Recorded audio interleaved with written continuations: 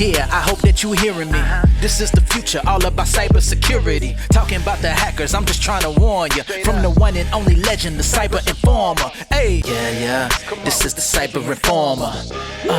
This is the cyber reformer. Let's go. It's time for the Cybersecurity Business Connect and Protect Central Coast Q&A video. I am Michael Trimblett, the Cyber Informer at cyber_informer on Twitter. Today, I present the penultimate video in the Cybersecurity Business Connect and Protect initiative, the Perfectly Secure Small Medium Business Part 1. This video will bring together teachings from over the last year into what we can use as a checklist for your business. In Part 2, we will look at prioritising these recommendations. Let's go.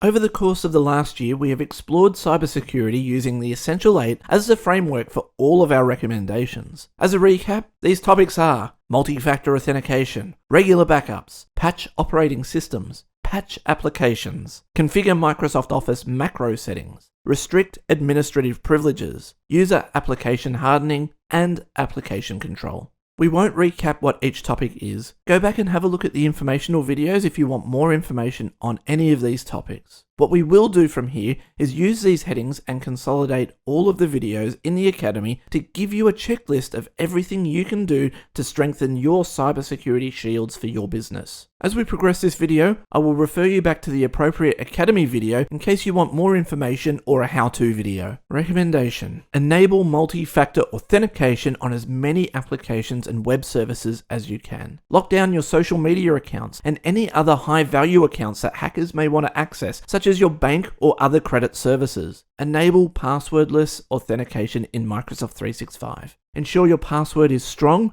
and not reused on multiple services and websites. Passwords should be 16 plus characters long, random, and different for each website. Use a password manager to keep track of your password usage. My favorite is Bitwarden, which attaches to your browser and keeps track of all your passwords. Be aware your passwords can end up on the dark web. Many paid or premium features of password managers will tell you if one of your passwords has been listed on the dark web. So this is another great reason to use a password manager. If you use a VPN, ensure you have either multi-factor authentication set up or mobile one-time passwords enabled on your VPN connection. For an added layer of protection, you can't go past YubiKey. YubiKey is a hardware security device which will securely log you into your workstation and supported online services. For more information on the topics mentioned, all of these videos relate to multi-factor authentication and passwords, which can be found at loyalit.com.au/YouTube. We've done a lot of work on multi-factor authentications and passwords over the last 12 months. This is because it is so important to securing your business online. Perform backups which conform to the 3-2-1 backup strategy. This is recognized as the best backup framework for small and medium business. This should be implemented for your internal servers and workstations where you store any business critical data. 3-2-1 means 3 copies of your data on at least 2 different types of media and take 1 off-site. Preferably keep 1 off-site at all times, just in case there is a disaster at the workplace. Or let your MSP synchronize your data off-site. If you have Microsoft 365, use a cloud backup service such as Skykick, which conforms to a different backup framework, but is just as secure, reliable, and redundant. Test backup recovery frequently. The federal government recommends every quarter, or at very least every 6 months. It's no good backing up your data, but when you actually need to restore it, the backups fail to restore. Regular testing overcomes this risk. These are the video titles in the Academy and YouTube which relate to the topic of daily backups. Patching operating systems is extremely important. In 2021, Windows updates patched a total of 958 vulnerabilities. 102 of these were critical, and 24 were known to be exploited. If you haven't updated, you could be leaving your business exposed. Update devices such as your NAS, router, and other internet-connected devices as soon as patches become available. Just because they're not running Windows doesn't mean they don't have vulnerabilities. Turn off any unnecessary services like UPnP on your router and internet-connected devices, as you may be unknowingly exposing yourself to hackers like we saw in the hacking case studies video. Your MSP may have a managed services product which will manage patching for you. It is recommended to have this in place, as it is recommended by the federal government to have an automated system that can both install and report on patches. Here are the 3 videos which relate to the patching of operating systems. If you haven't watched hacking case studies, go and watch, as you will hear a story of a complete business compromise due to UPnP or Universal Plug and Play being left turned on in the router and network devices. Implementing a patching regime for applications, not just Windows, Mac OS, and your internet-connected devices. This can be harder to manage because many applications don't have an automated update or notification system, meaning you'll have to go and find the updates manually. If there is an update to an application, update. If you don't, you could be leaving yourself exposed, even if you have updated your operating system. These are the 2 Academy and YouTube videos that cover the patching applications subject. Disable any unnecessary features in Microsoft Office. Macros can be used to exploit your computer, so if you don't use them,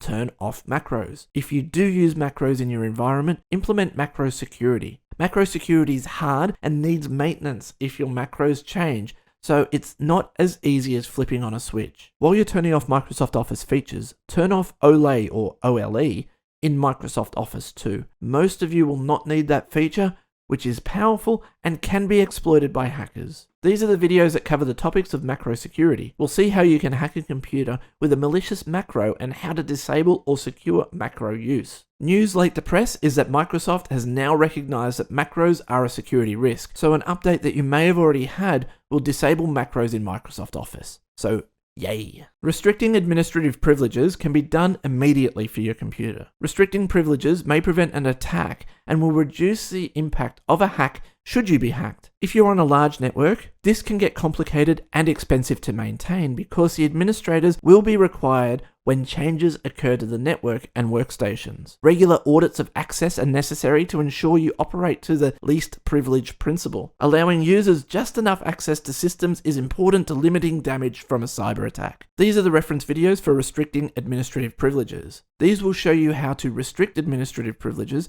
and how it can help prevent accidental installation of malware. Remove any applications you don't use or need. If you have an application on your computer that you don't use, it's likely to be outdated and may be leaving your computer exposed. You should no longer have Adobe Flash or Java installed on your computers. Well, maybe Java, as there are programs that rely on it, but it should not be enabled in your browser. In fact, most modern browsers do not support Flash or Java anymore, which is a positive step forward. Strengthen the security of your browser by enabling tracking protection, disabling third-party cookies, and if you have Microsoft Edge, enable super duper secure mode. These steps can significantly increase your security online. Ads have been known to deliver malware to your computer, so you should also install an ad blocker in your browser. My favorite is uBlock Origin. Here are the related videos, including installing an ad blocker. It is simple to do and will increase your security and in some cases, browsing speed. Securing your browser is also just as easy. It's just knowing what options to turn on and off.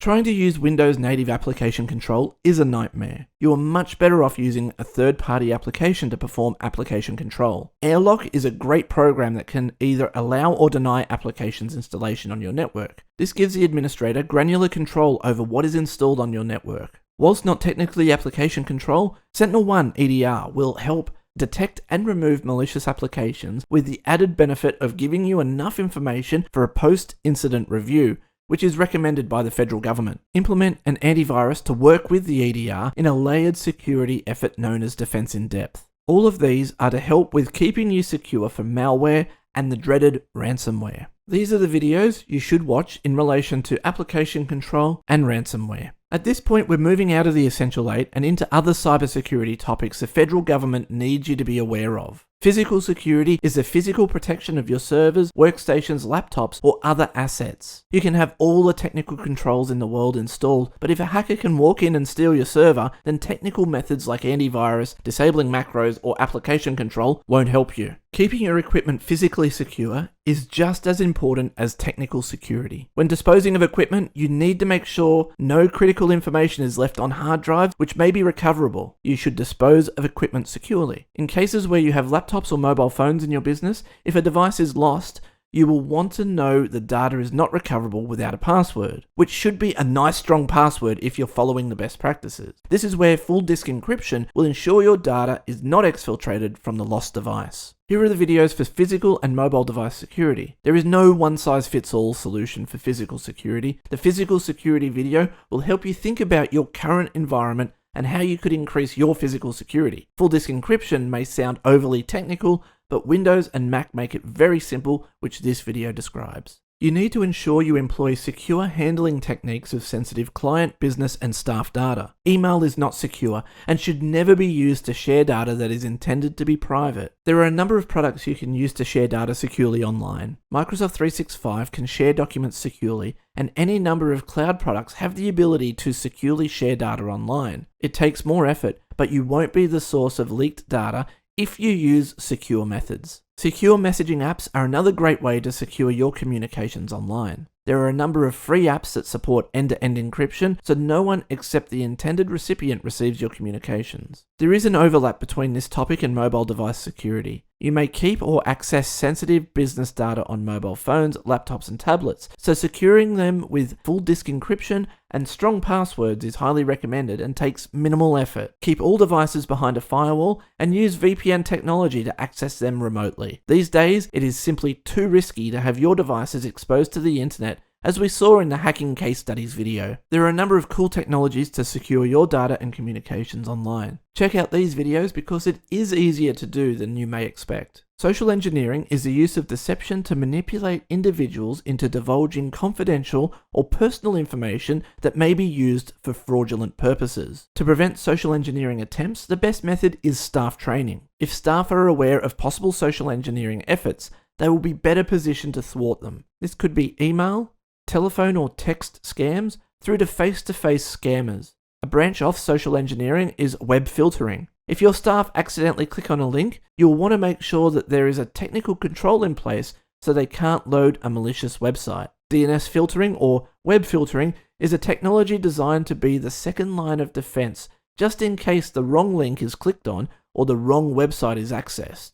This will step in and block access to known malicious links and websites. Get to know what scams are out there and what you can do to raise awareness with your staff in the What is Social Engineering video. An unfortunate fact of today's world is that if your business is big enough or compelled to by the Privacy Act of 1988, then you must report any breaches of your network to the government. Understanding your business's compliance obligations for data breach reporting is important because it is an onerous task which must be performed in a timely fashion if you are breached. If you follow all of the tips provided in these videos, you'll be well on your way to preventing a data breach. The federal government also recommends an extra step: perform regular security testing. This is the best way to understand your weaknesses and gives you an opportunity to patch security holes. Sadly, this process is rather expensive and some businesses find it hard to justify. To understand what's involved in the whole compliance and data breach reporting process, check out the Data Breach Reporting Q&A video. Intrusion detection systems take many forms. However, for a full overview of your internal systems and cloud products, a security information and event management software, or SIEM, is what you need. This monitors all event logs on designated computers and cloud products and brings them all together in an easy to read and search dashboard. These logs will tell you if there's any suspicious activity that needs to be examined more closely. Loyal IT Solutions recommends the SIEM Perch. Like regular security testing, SIEMs can be expensive, therefore rarely used in small and medium enterprise. To understand how a SIEM works, have a look at the Q&A video, How Do I Know If I'm Under Attack? Spam is a big issue for email, both personally and professionally. Implementing a spam detection system is a good start, however, it can't catch everything. Anti-spam systems are prone to false positives and false negatives, meaning some legitimate email will be quarantined and some spam will get through. Spammers are smart and will adjust their spam emails just enough to fool anti-spam systems. It's a constant game of cat and mouse. There are other email-related issues, such as preventing scammers from spoofing your email address, modifying email in transit, and how do you instruct a receiving server as to what to do with email that was not sent from your email server. DNS provides the ability to do this using SPF, DKIM, and DMARC records. This video takes you through what can be done, but keep in mind, this can be difficult to implement correctly. It's important to know these technologies exist and that you can do something about the common email attacks. The dark web is a scary place. You can buy and sell almost anything, including people's usernames and passwords. If you are unaware of the details of yours that have been leaked online, you need to have a dark web scan performed. Many premium or paid functions of password managers will report to you if your passwords have been leaked online. But this shouldn't be a problem for all of you who follow password best practices. For those who aren't following best practices, it is recommended to keep an eye on the dark web, either by commissioning a frequent dark web scan or subscribing to a password manager with this feature. To understand more about the dark web, check out the Q&A video, What is the Dark Web? There are a number of final recommendations from the federal government. These are: create a cybersecurity recovery plan and test it frequently, or outsource to a company which can provide recovery services for you. Select suppliers who are diligent with cybersecurity. Ask for their policies on how they handle your data. Test incident response plans regularly. Document and test an incident plan. You don't want to be testing it when it's actually happening. Do you know who you are letting into your business? Conduct background and police checks of new staff. There is a lot to securing your business. Implementing all of these measures minimize your attack footprint. It does not guarantee you won't be hacked. You elevate yourself above low-hanging fruit, so hackers who may target you will likely move on if it's too hard. There are plenty of other fish in the sea to take advantage of. Now we know the checklist. What order should we implement these in? We'll find out in the next video. Thank you for joining me for a look at part 1 of the perfectly secure small-medium business. Next time, we will put these topics in priority order so you know what to focus on first. Don't forget, you can contact me via email, Instagram, Facebook, or Twitter. Until next time, stay safe online. Oh yeah, this is the cyber informer. Hackers, you going down like, oh yeah, this is the cyber informer. Hackers, you going down, yeah.